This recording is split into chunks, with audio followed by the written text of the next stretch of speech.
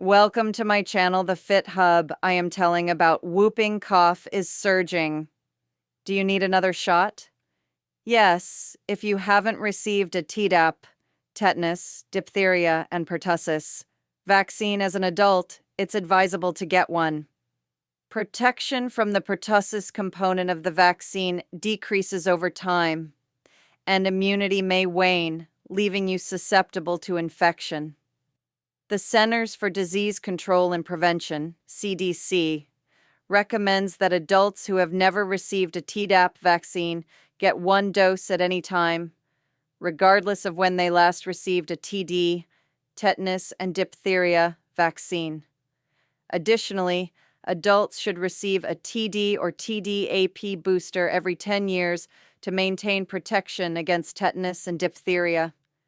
Given the recent surge in whooping cough cases in the United States, with over 35,000 reported in 2024 and more than 7,100 cases in 2025 alone, staying up to date with vaccinations is crucial to protect yourself and others, especially infants and pregnant women who are at higher risk. If you have concerns about vaccine availability or scheduling, consult with your healthcare provider or local health department.